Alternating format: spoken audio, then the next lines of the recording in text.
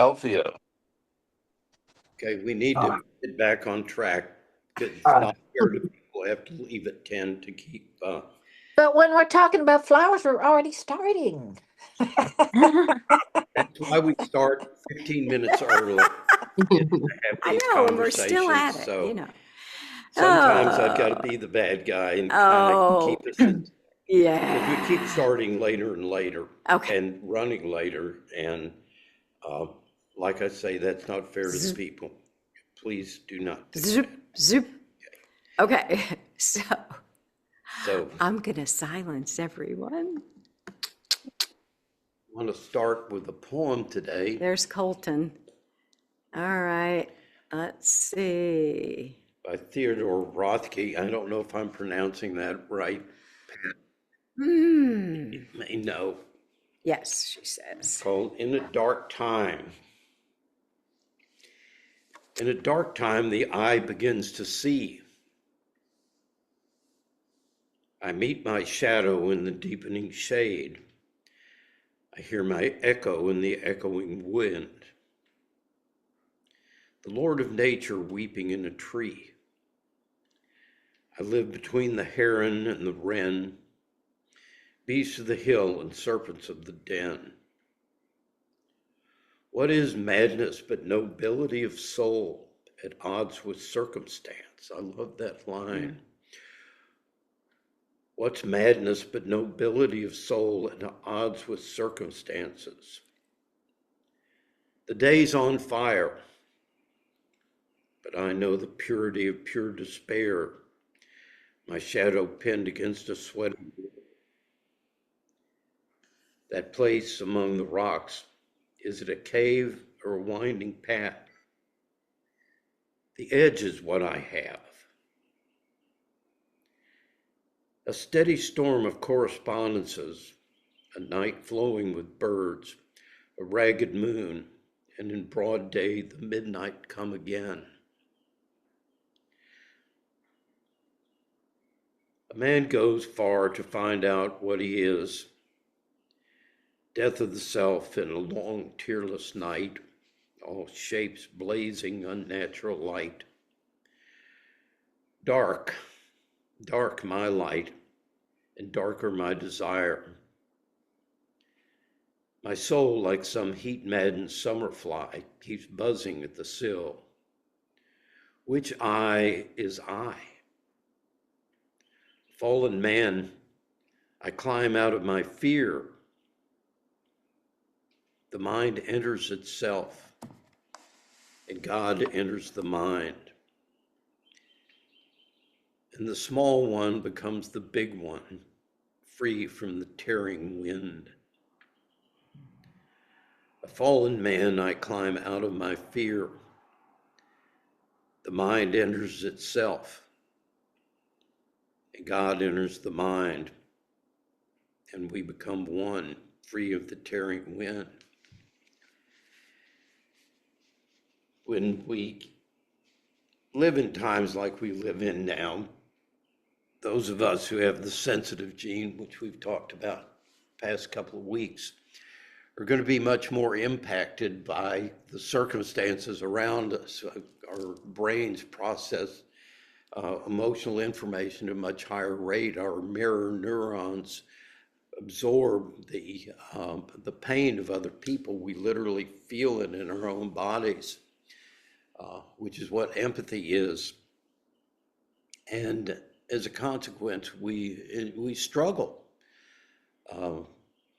I begin every meditation I do with, may I be free of suffering. May the people I love be free of suffering. May all beings be free of suffering. May they live their lives with ease. Suffering, the word for that is sukha. Dukkha for suffering. And that means the struggle. And the struggle he identifies there, which is the struggle of my will, my sensibilities, my longings, and what I actually encounter. My sense of the nobility and the grandeur of nature around me, and the incapacity of my body and my conditioned mind to absorb that at any time. And then I'm strung out in attention. between what I know is possible and what I can actually experience and contain at this moment. And opening to that discomfort, to those energies that get trapped, that resonate with pain from the past, is a part of the struggle. And it's a part that we have to meet joyously when we're on our cushions, and we have to reframe in our minds. I tell people it's like labor. In labor, you're going through an intense pain, but you know you're going to get something very precious at the end of it.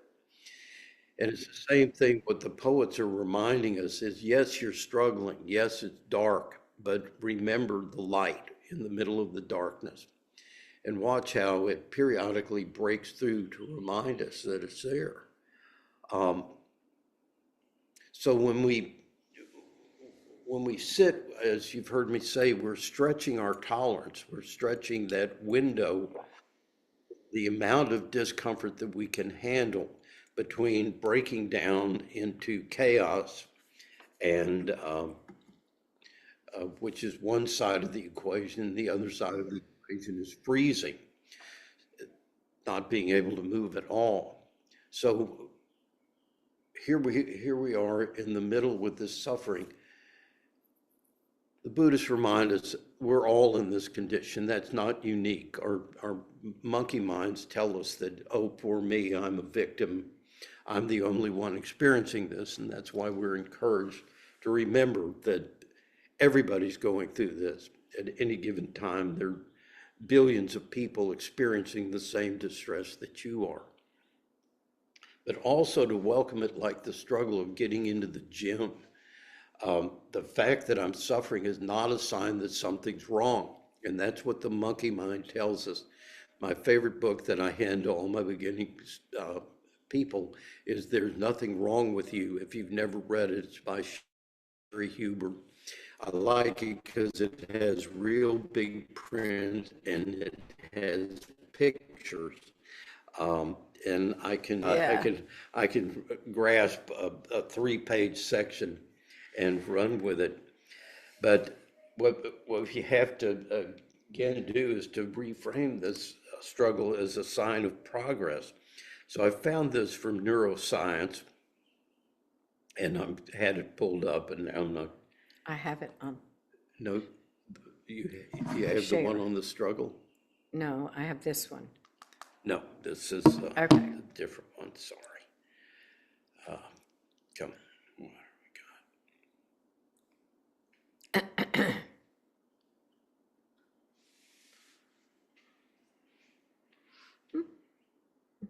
Sorry to run slow.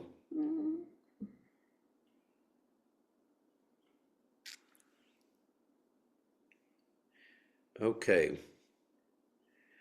So we all want neuroplasticity, right? Particularly as we age. And this is one of the findings in neuroscience that's kind of radical. When I did therapy, learned therapy, we were told, don't take on a client over 60 because they're not capable of changing. And some of you may remember that. So it's kind of assumed that we become more and more rigid and are incapable of transitioning. We're kind of fixed sometime in the 50s. So what we've discovered is that our brain is constantly in a process of change. It's constantly discarding things, it's adding new things. And so if we're to have a beginner's mind, that means we have to be able to let go of that conditioned mind and open ourselves to the freshness of the present moment. But as I said last week, the minute we do that, our brain goes into distress. And those old signals from childhood, I'm in pain, I'm in distress, something's wrong, something's wrong, something's wrong with me. Because you're not going to blame your environment. Your environment is your parents. If your parents are as fucking crazy as they were, and you knew that as a child, you would have gone into failure to thrive syndrome. It's like these knuckleheads are in charge, but they don't know what they're doing. And I remember a friend of mine, they were in a flood down in Louisiana, and her dad, who was a doctor, was driving them out to the farm for safety, and he gets to a flooded creek drives into it and leaves them all Oh, stranded. And she was 5 years old, and she said, "This is the guy who's in charge of my life. This is too scary." So of course we blame ourselves. That's the only hope we had. If it's me, then I can figure out what's wrong with me and fix me. And if I can fix me, then I can get them to be happy with me, and then they're going to take care of me. And whether we're aware of it or not, our whole lives, the reason we're so oriented towards other people is we're still looking to mom and dad to come fix what's wrong with us. Or if that doesn't work, we turn and we start again on our self-improvements, trying to fix ourselves. And there's nothing wrong with you either. But to get through to that real understanding, you have to deal with the anxiety of not listening to the message that something's wrong with you, and land in the present moment and open with a new freshness to all the intensity of what's emerging. So this is neuroplasticity, and it peaks when the brain encounters something it doesn't already know how to do, okay? When your brain is most in distress is when you're making the most progress in your recovery and in your spirituality. Here's the neuroscience behind that discomfort. Most people assume that feeling confused or clumsy when learning something new means you're doing it wrong. Neuroscience shows the opposite is true. The friction of feeling awkward and inadequate is actually a sign that your brain is changing. What neuroplasticity actually is the brain's ability to reorganize itself by forming new neural connections and strengthening existing ones. It happens throughout your entire life, not just childhood, though it requires the right conditions to occur. The brain works on simple principles. Connections that are used get stronger, which is why we practice meditation, why we practice Tai Chi. We practice daily to keep these brain pathways functioning and open. The connections that aren't used gradually weaken. The process is called long-term potentiation, or LTP, long-term potentiation, and it's the cellular mechanism behind learning and memory. And we all know it, use it or lose it. It's the way your brain's going to work. When you repeat something that's familiar, your brain process uses existing well-worn pathways. This is efficient, but it doesn't trigger the formation of new connections because the brain has already had a solution for that particular task. So listen to what that's saying. That's saying this is why what feels familiar is what you continue to do, because there's no distress of your brain having to adapt to it. That's very good when it comes to washing dishes, to cooking a dish. But when it comes to encountering a novel situation, it becomes our enemies. So, for new connection to form, the brain needs to encounter something it can't handle automatically. And that's why a lot of the stuff you're reading now about aging encourages you to do something new every day. Well, when we practice meditation, sitting, encountering the present moment is something new that we encounter every day. Encountering your mind, yourself, what's going on in your process can be a novel process if you allow it to be. And here's where the challenge comes in. They force the brain to recruit neurons in new patterns, which is the start of a new structural change.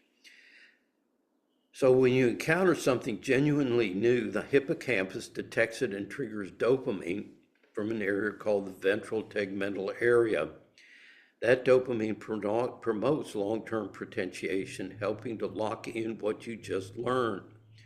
Research confirms that novel stimuli trigger this dopamine response, which means you get a reward in your brain, while familiar ones don't produce the same effect, which is there's no reward. When you get into a rut, that's the feeling. There's no dopamine. I haven't challenged my brain. The brain is neurochemically primed to learn from new experiences in a way it simply isn't when we repeat something well practiced. Psychologist Robert Bjork's research showed that conditions which make learning feel harder in the short term consistently produce stronger long-term retention than conditions that feel easy. He calls these conditions desirable difficulties. I love that phrase. So when we sit and these things emerge, as they will, I love that phrase. This is a desirable difficulty. This is not, even though it may feel like it's being forced on me, although it may trigger senses of victimization and stuff, it's me choosing to encounter this, just like when I go into the gym, I choose to encounter that difficulty of a new weight or a new routine. And these are the exact conditions under which the brain consolidates new learning. So to give you a sense of this, what? I can put it up there if you want. What? The desirable difficulties slide. No, okay, never mind. Okay. So, Linnell, would you like to show them a little exercise that'll show you what I mean and about why we bail on the feelings of difficulty? And it's just a little hand exercise to prevent Alzheimer's, but Right, and it's for, cognitive awareness, challenge, feels weird, can be difficult. I mean, I've watched this girl do these for a long time, and it takes me a while. So as a simple one, she, touches each finger with her thumb and goes back and forth. okay. Okay, now do the one where you start Right. with the pinky on one hand. Right. And then she'll do each hand differently. So with this hand, we'll start with the pinky, and with this hand, we'll start with the index finger and go each finger. Yep, Pam just got Feels it. a little weird, okay? And then she might start this hand with thumb and index, and this hand starts on the middle finger, and you go. And that one to me is a little trickier. Yeah. And then she does a cool Okay. thing. I know. It's funny, we got, Just like- that's enough. That's Okay, enough, okay. so just stay with the one thing. So Hannah, you got it, Pam, you got it. How many of you had that sense of, whoa, and I'm already screwed up? I'm already off because I'm on the same, yeah. Okay, so that's the sense of humor right there. I see Drew laughing, I see Pam laughing. That is the ironic sense that is definitely a part of spirituality, that ability to stand outside of my frustration and my feeling foolish and my feeling awkward, and yet continue. And stay with it, because yes. then you're building those Then neural you're building pathways. the neural pathways. Yeah. So here's the deal. How many of you know about generalized adaptation syndrome? Okay. Generalized adaptation syndrome means that after you've repeated something a certain amount of time in the gym, let's say you've done exactly the same routine for 6 weeks, you make no further progress in terms of your body's growth, okay? Which is why we do chaotic stimulation, why we change to make routines in different order, or do different sets, different kinds of sets, or do interval training or long distance training, is to constantly challenge the body. So this is the best way. This is like your internal spiritual gym to welcome those difficulties, that feeling of awkwardness, because that's the sign you're making progress. Does that make sense? It's not what you think it is. That's what I tell people. It's not about being comfortable. Comfortable is easy, okay? And that's why Jesus chosen it. The way is narrow, okay? Because we're constantly avoiding the discomfort and unconsciously sliding towards what we're good at. So when people come into me for counseling, I say, I will never ask you to do anything that's easy. Why would I ask you to do something that's easy? You're already doing that, and it's not getting you where you want to go. Anything where you want to go, you're going to have to go through difficulty to get there. So let's approach this stuff joyously. Be grateful for the opportunity to sit, as I'm always grateful to go into a well-supplied gym. that we're here, we're sitting, we're in a wonderful community and a safe place to begin confront the awkwardness that we avoid and creates the suffering, the tension between where we would like to be and where we actually are.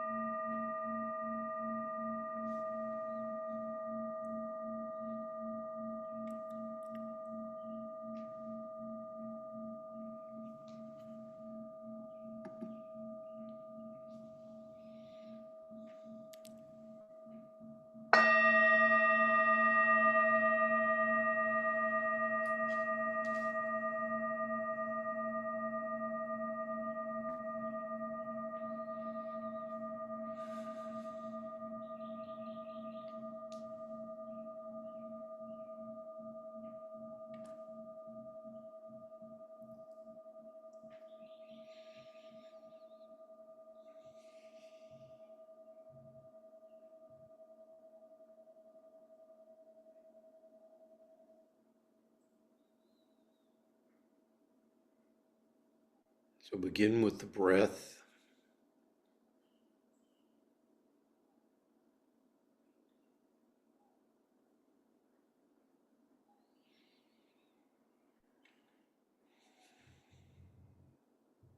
Just feeling the sensations,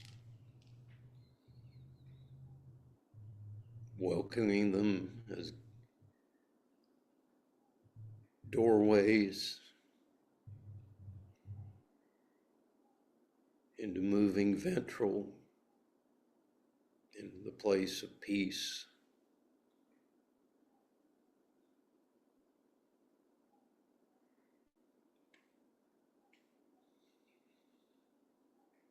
Slowing the exhale, softening the belly.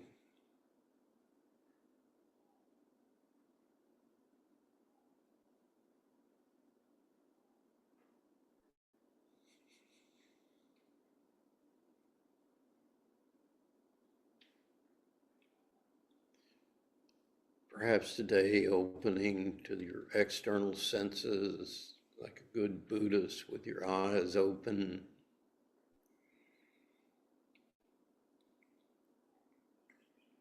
Your ears soft, receiving the sounds around you. Not grasping after sensation, but open, receiving.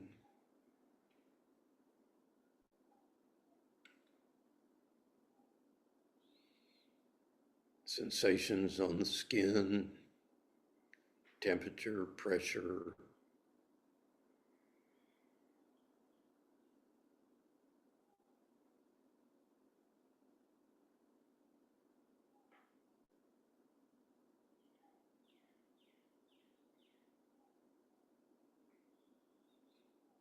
Using the senses to anchor in the present moment.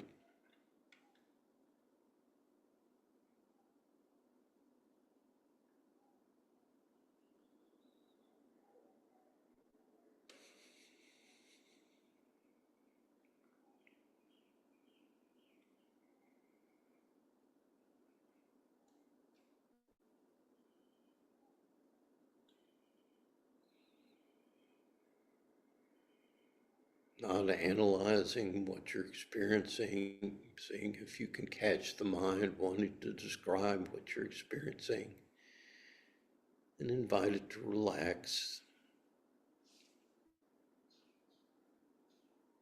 Nothing to understand or figure out, nothing to do.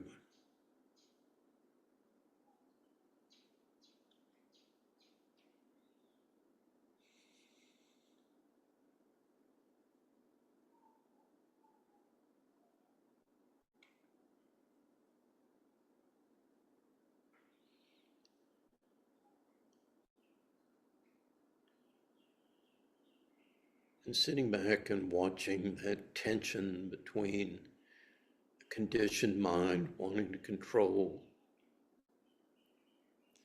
uncomfortable with just sitting.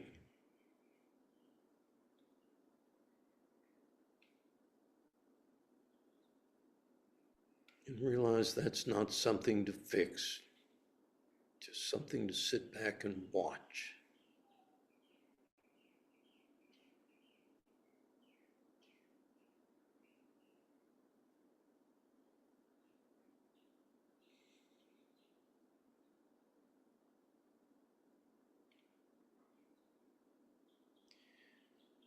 The intention of the will to stay present.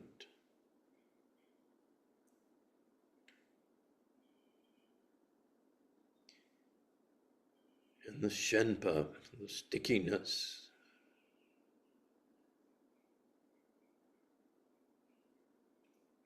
Of the mind wanting to do something.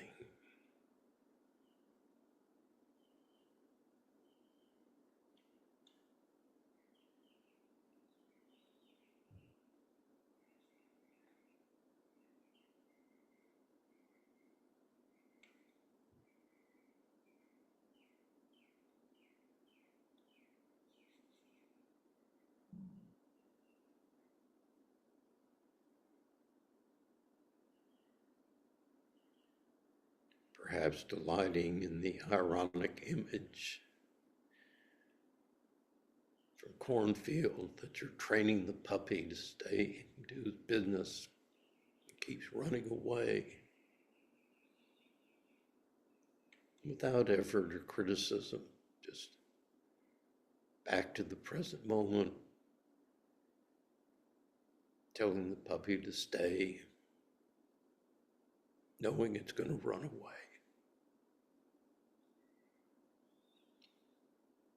And delighting in that play.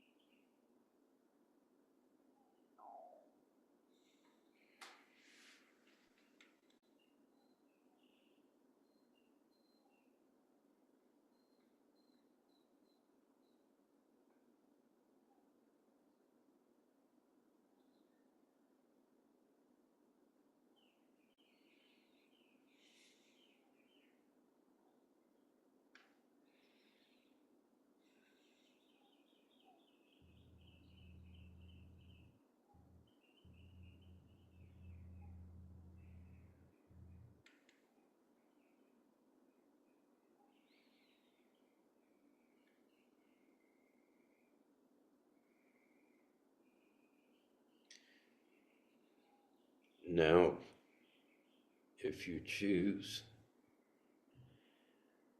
begin to scan your body for any distress.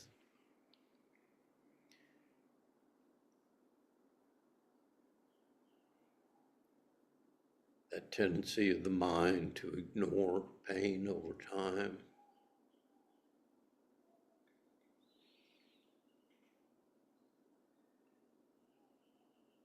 Relating to your body's distress as a cry for attention and compassion, not fixing.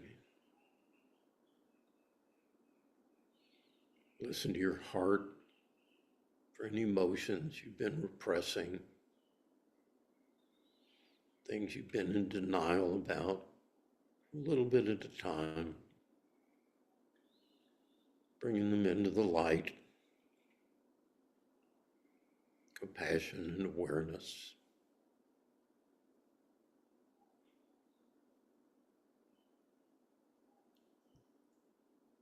No longer trapping the energy, but allowing it to flow out to the source on the out breath. Creating space for it with the in breath, inviting it into awareness, and exhaling and releasing.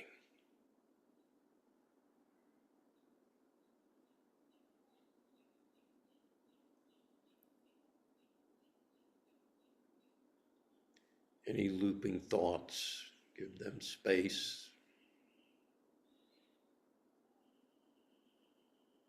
Gently break the cycling by coming back to the present.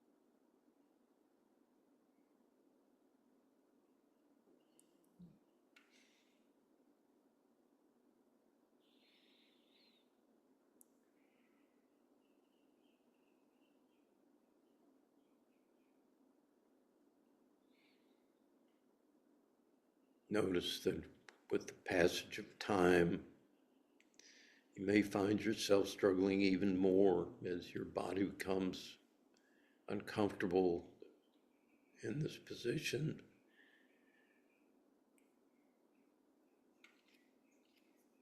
as your conditioned mind begins to struggle against the discipline.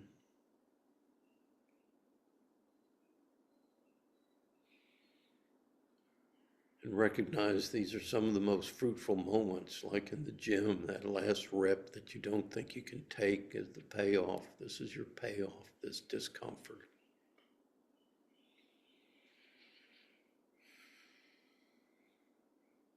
So staying with the breath, staying with witness consciousness, just watching.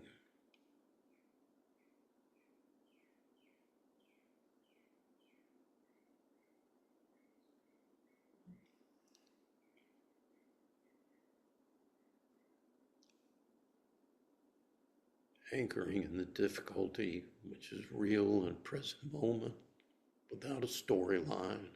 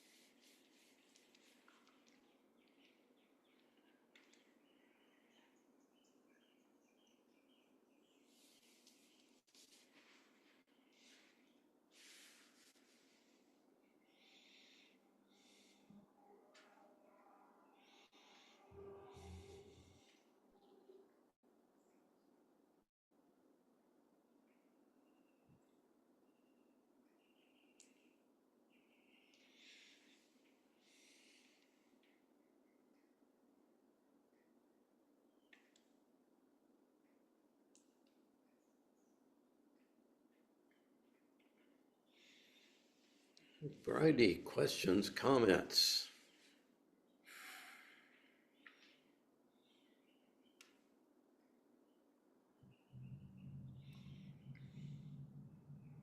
as a music person, I was thinking of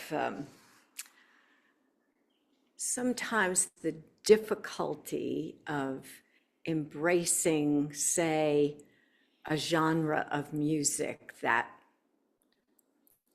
is not your thing. It's not your bag, and it's difficult. Let's say, I love this kind of music, but maybe rap music isn't my favorite.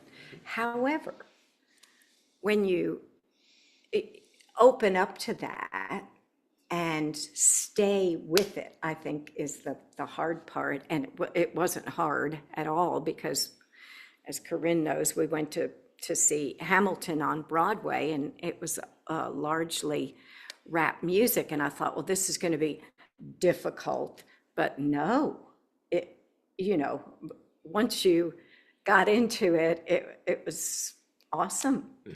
But it stretched me to embrace that style of music. And I used to tell my students, and that's the perfect example, anytime you can go to live music, whether it's the style of music that you love or not. If you don't love opera, you're still going to be wowed if you go to a live opera performance. But it's a stretch. But think about what you're saying. What's getting stretched? Yeah. Yeah. So it's the thing that we feel stifled by, and that urge for freedom, and is internal. It's the confinement Right. You of just our have mind. to open. Yeah. And so it's stepping outside the perimeters that you've set up, which that's what I'm trying to get across in this series is it's never going to feel comfortable in the beginning. It's always going to feel uncomfortable in this section. And this is where most people give up, or they get the payoff of starting, and then it starts to get more difficult, like working out. You get the initial dopamine rush, and then that starts to dwindle a bit. And then we'll start jumping from one discipline to another discipline to another one to get that kind of dopamine, so we can become junkies at learning new things and never stay long enough for the real difficulty to set in. Because we tend to just do the part that's easy for us. So anybody else, what you got? One of the things that I run into here in the retirement community with new residents is the discomfort of downsizing. And what I find and what I counsel some of these people is the freedom that it gives you when you embrace that discomfort, when you embrace that downsizing, because you're able to downsize not only stuff that you don't need anymore in your life, but you're able to downsize your mind out of old stuff that doesn't need to be there anymore. So that's one of those examples, it seems to me, of discomfort that is a positive indication of change. Yep. And I love that you said that, because it's amazing how that stuff sits there with absolutely no value to you. There's no sense of relationship to it till you go to throw it away, and all of a sudden it attains extreme significance. And I can't throw this away, I can't throw this away, I can't throw this away. It's so funny, and then it goes back to being the background that you don't see anymore. So again, that's fun to watch your own neurochemistry. Yep. Yep. And realizing that goes back to our old hunter-gatherer days, where there was scarcity, where having a possession was sometimes a matter of survival. I don't want to throw this away. What if I need it at some point? So reminding yourself, like on a trip, I don't have to pack everything. That's why God made Walmart. We went to New York City, and Corinne and Linnell both forgot to pack winter raincoats. And so the That was first thing we last did, time. Yeah. time before Yeah. last, first thing we did was to hit Target, Yeah. which was in a basement in New York City. Yeah. I thought it was delightful. Yeah.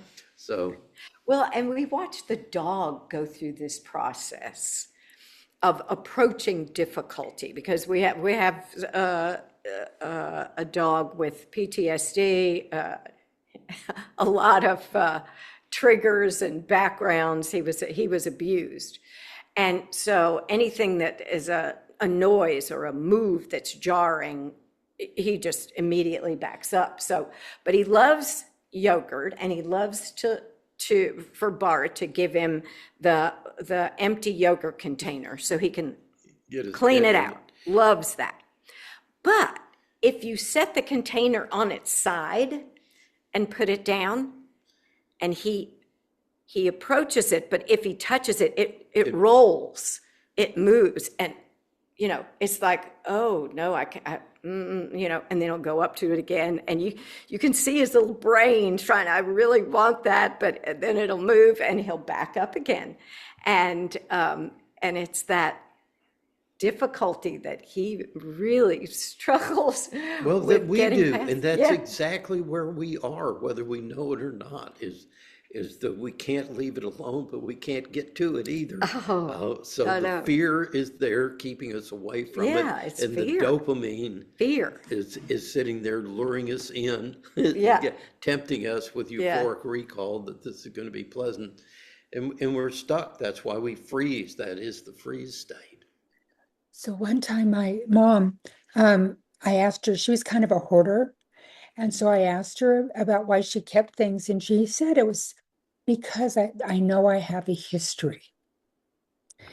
And then I was thinking what you were talking about, Linnell, with the dog, those things gave her that security that she didn't have because she was raised during the days of the recession back in the old days. But then again, as Bart's pointing out, we get attached to those things and we think that they make us safe, but actually they complicate Yeah. because it's more to take care of. And we get Yes. lost in habits that don't serve us anymore because otherwise we'd all still be working 9 to 5 jobs or something like that.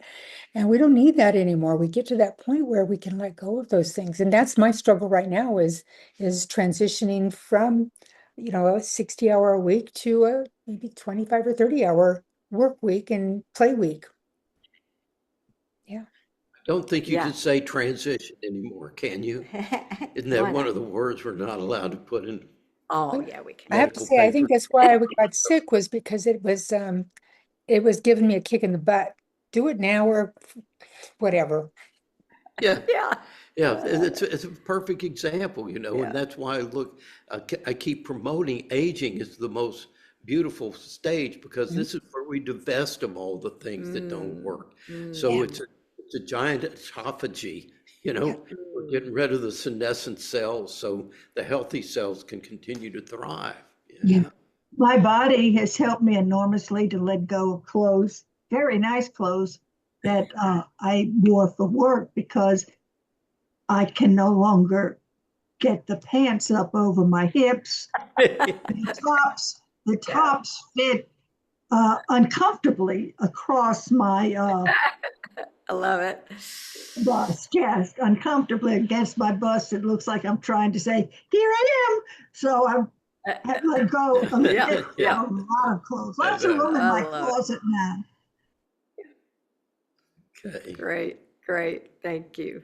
okay. Well, it's interesting because Acceptance and letting go is like the theme of my entire past week. Uh, My family, just finding the commonness between all of us and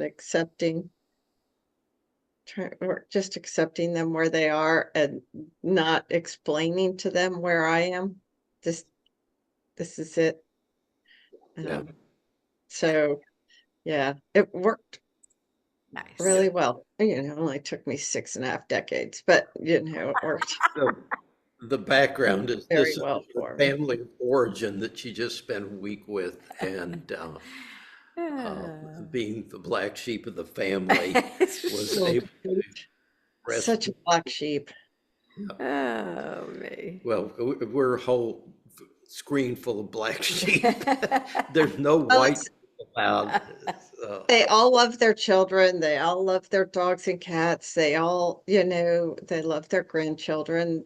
I just tried to focus on common ground, and Brown. it's extraordinary. My 95-year-old mother had all 6 of her children in one place for the first time in 5 years. What a And rare.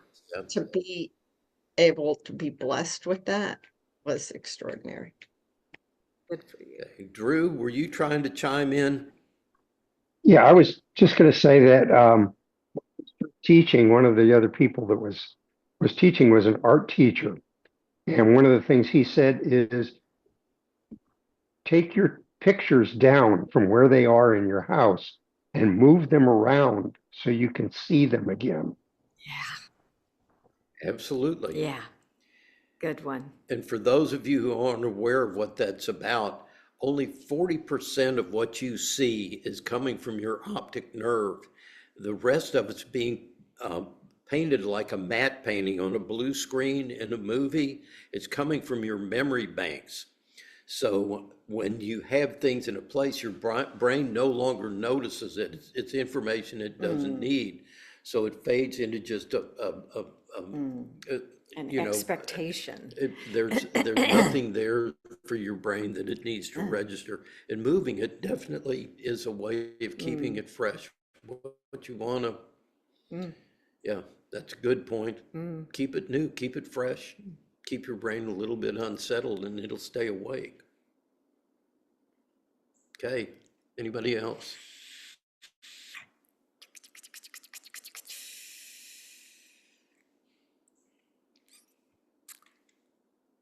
Okay. So Bart, a question. Things that I was showing you remind me a lot of mudras, because she'll do some things with her hands, like these 3 fingers, and then switch sides. These 3, Now you just interrupted Hansa.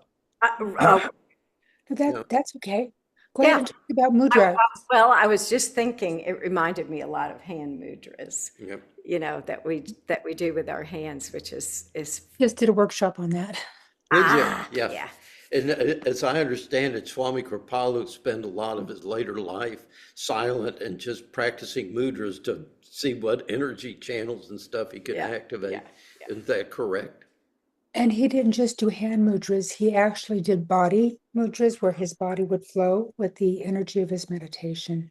So he gave himself permission to like do a meditation in motion, just Yes. following the flow. Yep. Yeah. That's dance. That is dance at its core. Mhm. Modern dance, though. And I forgot what question or comment. It was a question I was going to ask about, stored memories and processing stored memories. And I know that's been an underground theme a lot in what you've been talking about, Bart. And I just want to mention it because I think that's one of the things for me that is the most disruptive in my meditation is not what's happening now, but the stored memories that have not been processed. Absolutely. And the other thing that about memory is that you begin to see how unreliable it is. And every time you tell your story, you tell it differently and you store it back differently, which is why in recovery, part of what we try to move from is the storyline of being a victim to being a survivor, to really see the resilience that we had and see that these supposed neuroses that we have were actually the defenses that we developed in response to the unhealthy environment. So on my gratitude every day is my defense mechanism, my neuroses. If I didn't have them, I'd be emotional and spiritual mush. However, there's something I no longer need. So your brain loops to keep bringing back the trauma. That's what it is. It's trauma rewiring to remind you of how horrible the past was, so you don't forget and drop your guard. And if we take those seriously, that's again why now in therapy we don't rehearse the past. We don't retell about the trauma. We try and anchor down the safety of the present. So the past is very seductive. Those old storylines are very comforting. They're part of what Pema calls our hardening. We start to identify with the story. And that's, even if it's painful, it's still better than facing the uncertainty of the present moment. And I have an identity, I'm a victim. And there are people who will tell you that very gleefully, and having lost the sense of horror about it. Oh my goodness, here's Gabrielle. She's coming for 10 o'clock instead of 9. Hey, Gabrielle. Yay. This is the woman who had us in her garden last night. Yep. Here's her. So, yeah, I love that. And maybe we will talk more next week about those memories. Don't trust them. They're not accurate. They're highly refined. Yeah, nice. Prejudice and bias. So, Gabrielle, you missed the time. I'm glad. I know. Well, I was up way too late. You were. We know. Yeah. So I'm going to ask my Omi to lead us in 3 rounds of Om Yes. and a wow. And a wow. Okay. Deep breath in. Wow.